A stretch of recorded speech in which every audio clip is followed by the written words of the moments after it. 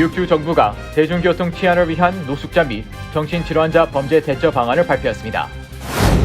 뉴욕시 지하철에서 범죄 대처 방안을 발표한 지 하루도 지나지 않아 흉기 공격 사건으로 5명이 부상당했습니다. 맨하튼 차이나타운 피살 사건 피해자 크리스티나 유나 이 씨를 위한 추모 기금이 설립되었습니다. 뉴욕주에서 코로나19로 인한 입원율이 작년 추수 감소절 이후 최저치를 기록했다고 밝혔습니다. 뉴욕 주립대 학생들 가운데 등록금을 내지 못해 퇴학당한 학생들의 재입학이 가능해질 전망입니다. 대학관에서 연말학자금 대출 상환 재개에 대한 찬반이 이루어지고 있습니다. 한국 정부가 해외 입국자들의 동선을 추적하는 앱 사용을 중단한다고 밝혔습니다. 맥도날드를 대상으로 억만장자 투자자 칼 라이켄이 제재에 대한 처우를 개선해달라 요구해 화제가 되고 있습니다.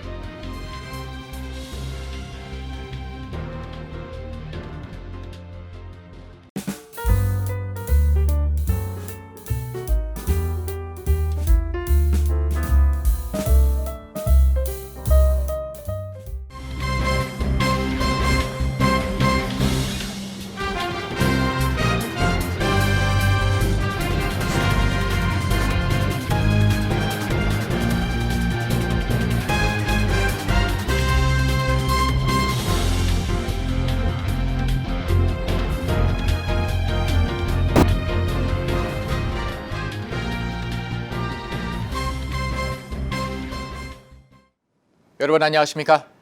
KBTV 뉴스9 이창원입니다. 오늘부터 수백여 명의 뉴욕시 경관들이 지하철에서 발생하는 범죄 예방을 위해 지하철 승강장과 열차 내에서 생활하거나 잠을 자는 노숙자와 정신질환자에 대한 대대적 단속을 실시합니다. 이에 따라 1,000여 명의 노숙자와 정신질환자가 지하철역 등에서 사라질 전망입니다. 에릭 애덤스 뉴욕시장은 지난 주말 캐시 호컬 뉴욕주지사와 공동으로 맨해튼 풀턴 스트리트 전철역에서 기자회견을 열고 대중교통 치안을 위한 노숙자 및 정신질환자 범죄 대처 방안을 발표했습니다. 애덤스 시장은 이 자리에서 뉴욕시 대중교통은 학생들의 통학과 직장인들의 출퇴근을 돕는 생명줄이라고 강조하며 대중교통의 치안이 보장되지 않는다면 경제 회복은 없다고 못 박았습니다. 시장은 대중교통 안전 확보를 위해 대중교통 안전팀을 각 지하철로 투입해 노숙자들이 열차 내에서 흡연하거나 잠을 자거나 음식을 먹고 쓰레기를 버리는 등의 비상식적인 행위를 금지시킬 것이라고 강조했습니다. 그는 또 열차에 탑승한 모든 승객은 목적지에서 반드시 내려야 한다며 1시간 이상 머무는 행위를 금지할 것이라고 목소리를 높였습니다. The subway plan is a comprehensive civic strategy that will do more than deal with a temporary fix. You can't put a band-aid on a cancerous sore. The system is not made to be housing. It's made to be transportation. And we have to return back to that basic philosophy. And if you break a minor infraction, that we're going to put handcuffs on you. 호컬 주지사 역시 정신질환자들을 대중교통 내에 방치하는 것은 그들 스스로를 위해 위험할 뿐만 아니라 다른 승객에게도 위험 요소라고 지적했습니다. 뉴욕시는 이에 따라 오늘부터 뉴욕시경, 뉴욕시 위생국 등과 함께 30개 공동 순찰팀을 만들어 지하철 역사 내로 투입해 승강장 및 열차 내에서 잠자는 1,000여 명의 노숙자에게 장단기 쉘터를 제공하는 등 대중교통 시스템 내 노숙을 사실상 금지하는 단속을 실시합니다. 또 정신질환자를 위한 비혈대팀을 조성해 11개 구역으로 나누어 배치합니다. 뉴욕주 지원으로 정신과 병상을 확보해 환자 지원 및 보호 관리에 들어간다는 계획입니다. 뉴욕시 지하철 등 대중교통 시설에서의 범죄 발생 건수는 올 들어 한 달 반 동안 이미 267건이 발생해 작년 동기 대비 65%나 급증했습니다. 지난 주말부터 이틀간 지하철 곳곳에서는 무려 5명이 칼에 찔렸습니다. 지난 17일 오후에도 맨해튼 L라인 열차에서 22세 남성이 노숙자에 의해 팔과 다리를 3차례나 칼에 찔리는 사건이 발생했습니다. 지난 1월에는 중국계 미국인 미셸 고가 정신질환자에 의해 선로로 떠밀려 사망했습니다. KBTV 뉴스 김은지입니다. 방금 전해드린 바와 같이 뉴욕시가 지난 18일 지하철 안전 강화 대책을 발표했지만 하루도 지나지 않아 이태라 지하철에서 흉기 공격 사건이 발생해 5명이 부상당했습니다. 자세한 소식 홍찬우 기자가 전합니다. 지난 18일 오후 5시 30분에는 퀸즈 블레어우드역에서 한 남성이 흉기에 찔렸고 19일 오전 3시에는 퀸즈 자메이카역에서 3명이 46세 노숙자에게 접근해 강도 행각을 벌이다 흉기를 휘둘렀습니다. 또 같은 날 오후 3시에는 브루클린 리보니아역에서 한 남성이 20세 여성을 폭행하고 흉기로 복부를 3차례 찔렀습니다. 오후 8시 30분에는 맨하튼 168 스트릿역에서 10대 2명이 24세 남성에게 접근해 흉기로 다리를 찌르고 달아났습니다. 오후 9시에는 116 스트릿역에서 1번 전철에 탑승한 31세 승객이 담배를 피우던 다른 2명에게 자리를 옮겨달라 요청하자 이들이 휘두른 흉기에 공격을 당했습니다. 앞서 에릭 아담스 뉴욕시장과 캐시 호컬 뉴욕 주지사는 지난 18일 지하철 안전 강화 대책을 발표하고 21일부터 시행에 들어간다 밝힌 바 있습니다. 이와 관련해 경찰은 지하철 내 약물 복용과 흡연을 엄금하고 공격성을 보이거나 지하철 좌석에서 잠을 자는 노숙자들을 퇴출하기로 했습니다. 또 정신건강 전문가들을 역에 배치해 노숙자들을 상담한 뒤 공격성이 있으면 강제 입원을 실시할 방침입니다. KBTV 뉴스 홍찬호입니다. 맨하탄 차나탄에서 집까지 뒤를 밟아온 노숙자의 칼에 무참히 희생된 크리스티나 유나 이 씨를 위한 추모 기금이 설립됩니다. 유족들은 다시는 이 씨와 같은 비극이 일어나지 않도록 다음 세대 지원을 위한 기금을 모금한다고 밝혔습니다. 전장희 기자의 보도입니다. 유나 이 씨를 위한 온라인 추모 기금에는 하루 만에 당초 목표액 10만 달러를 훌쩍 넘긴 13만 달러가 넘는 후원이 이루어졌습니다. 유족들에 따르면 크리스티나 유나이 추모 기금은 이동 중 안전하지 못하다고 여기는 뉴요커를 위한 세이프 웍스를 비롯해 여성 권익과 폭력 희생자 등을 돕는 비영리 기관들을 지원하는 데 쓰이게 됩니다. 또 이 씨가 생전 자주 찾았던 프로스펙트 파크, 엘리자베스 스트리트 가든 등 뉴욕시 휴식처를 위해 기부하는 한편 프로스펙트 파크에 이 씨 추모 목적의 벤치를 세우고 나무도 심을 계획입니다. 유족들은 기금 모금을 알리는 글에 유나는 항상 생기가 넘치는 긍정과 사랑을 발산하는 사람이었다. 그는 주변 사람들을 대가 없이 아꼈다며 그의 죽음은 아시안 여성에 대한 증오스러운 폭력의 결과이고 그를 아꼈던 모든 이들과 지역사회에 헤아릴 수 없을 만큼 큰 비극이라고 호소했습니다.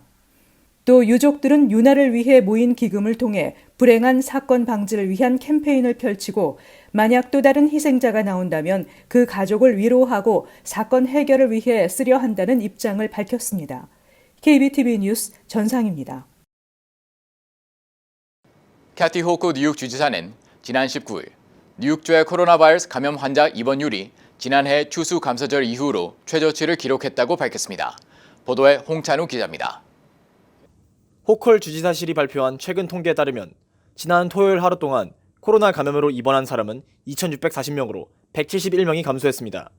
입원 환자가 2,750명 아래로 떨어진 것은 지난해 11월 27일 이후 처음입니다. 호컬 주지사는 이와 관련해 백신은 코로나 바이러스를 퇴치하고 우리 가족을 안전하게 하기 위한 핵심 도구라면서 부모와 보호자들은 소아과 의사나 보건 전문가와 상담해 자녀들에게 예방접종을 실시하거나 부스터샷을 접종해달라 당부했습니다. 미 질병통제예방센터 CDC 자료에 따르면 전체 18세 이상 뉴욕 주민의 95%가 최소 1회 백신 접종을 받았으며 85.3%가 2회 이상 백신 접종을 완료했습니다. KBTV 뉴스 홍찬호입니다.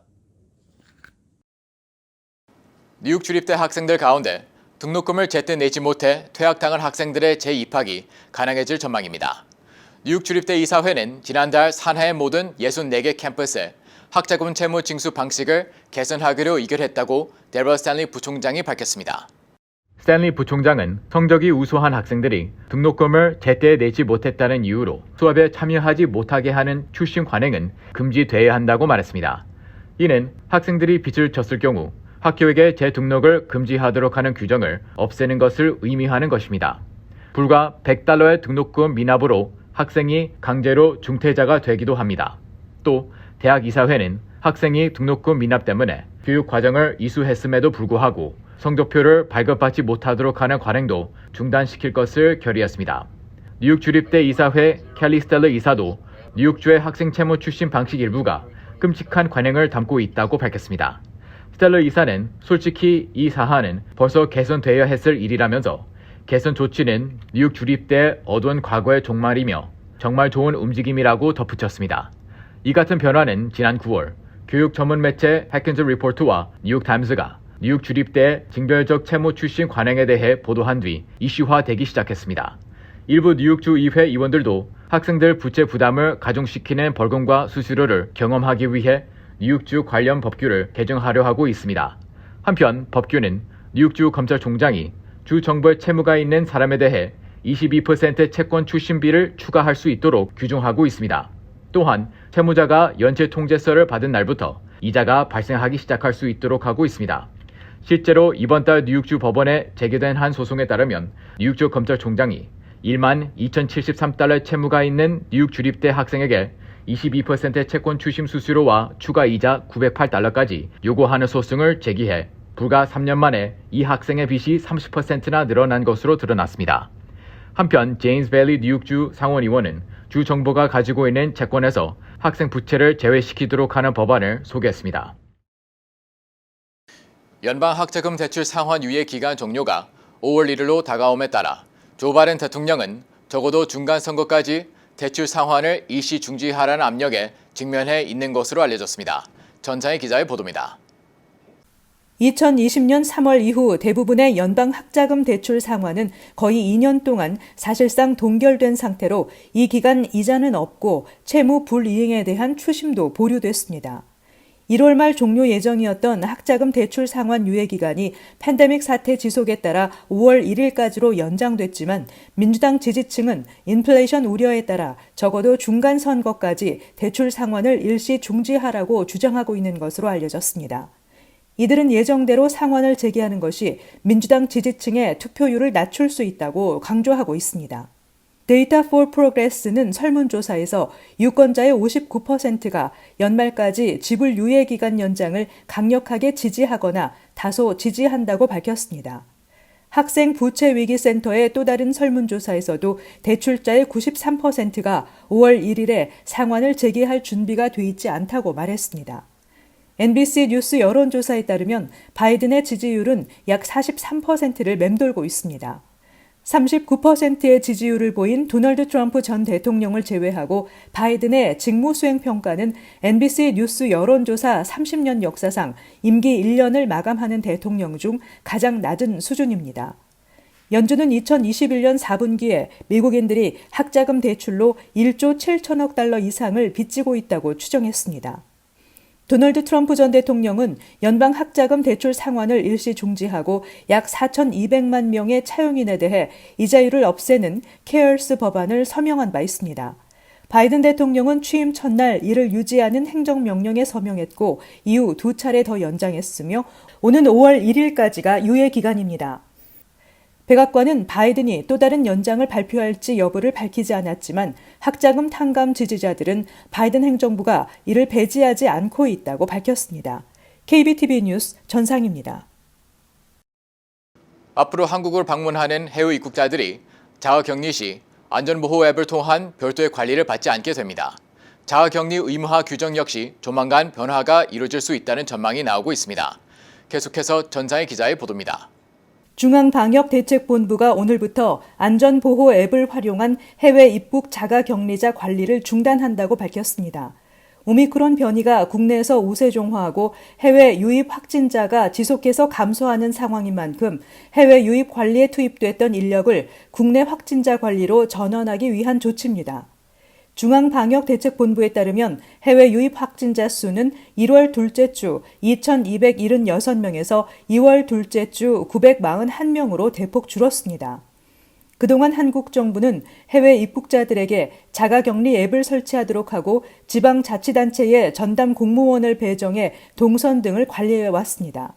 격리 중 관리는 중단되지만 내국인과 장기 체류 외국인을 대상으로 한 자가격리와 단기 체류 외국인을 대상으로 한 시설 격리 등 해외 입국자에 대한 격리 제도 자체는 유지됩니다.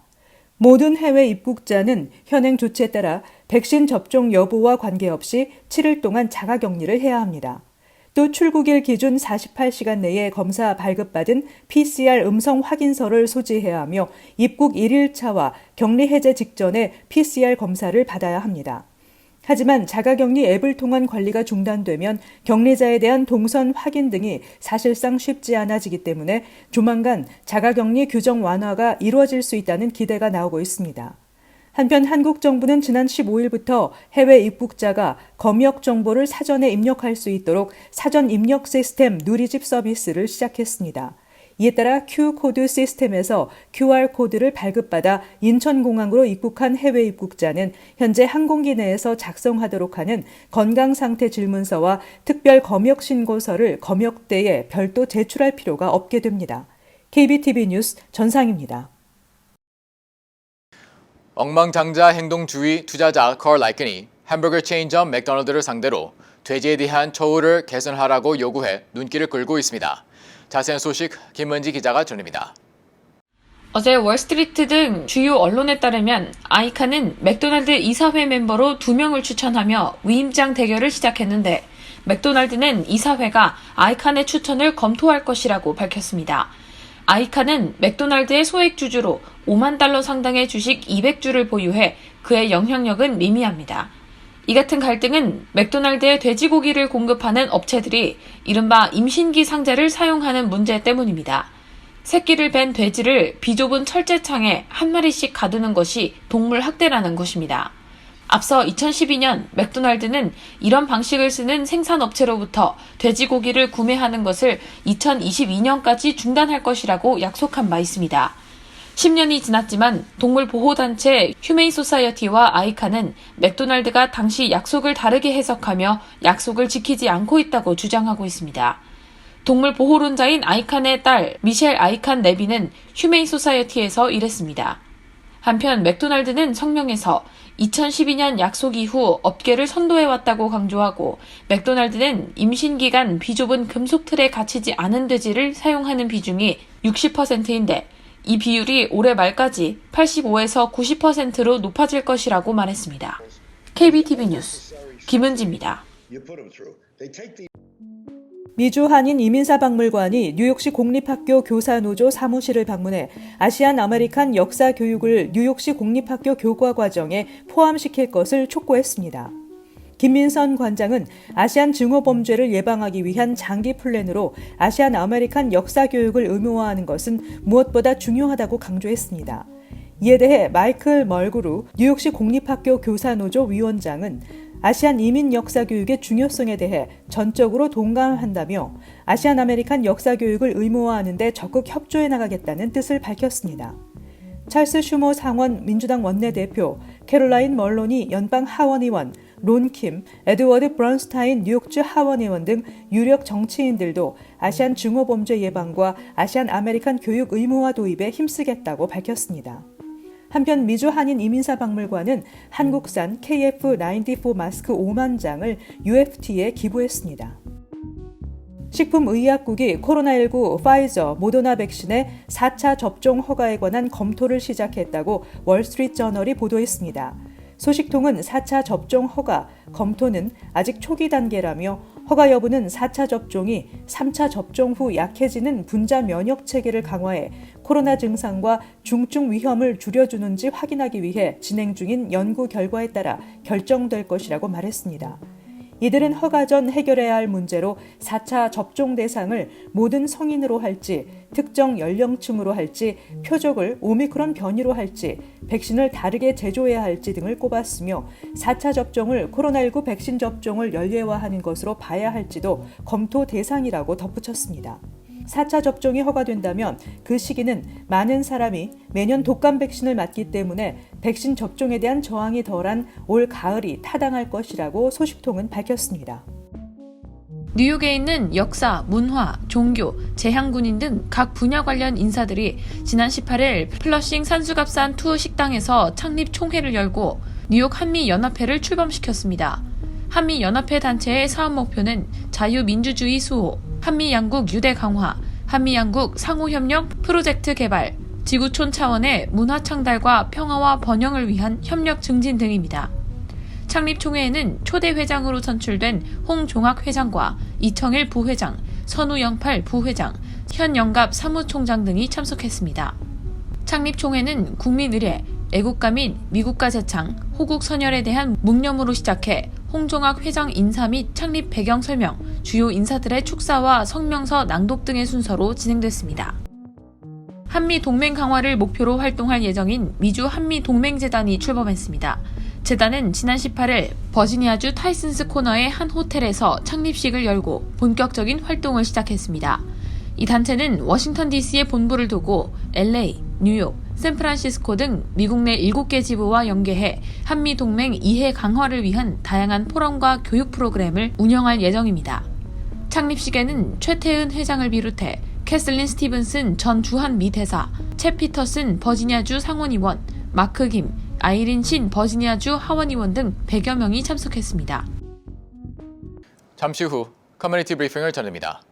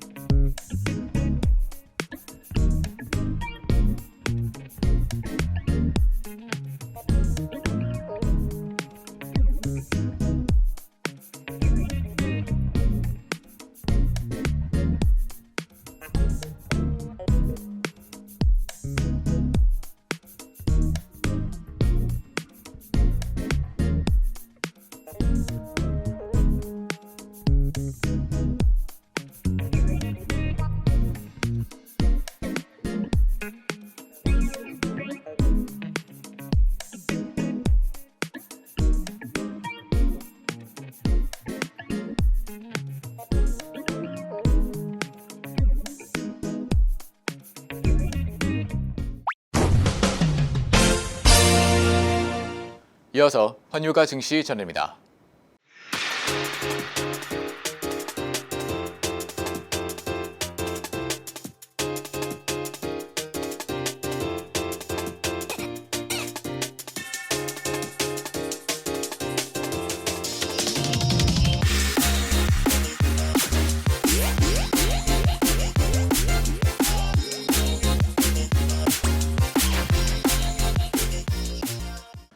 잠시 후 뉴욕과 뉴저지 날씨 전해드립니다.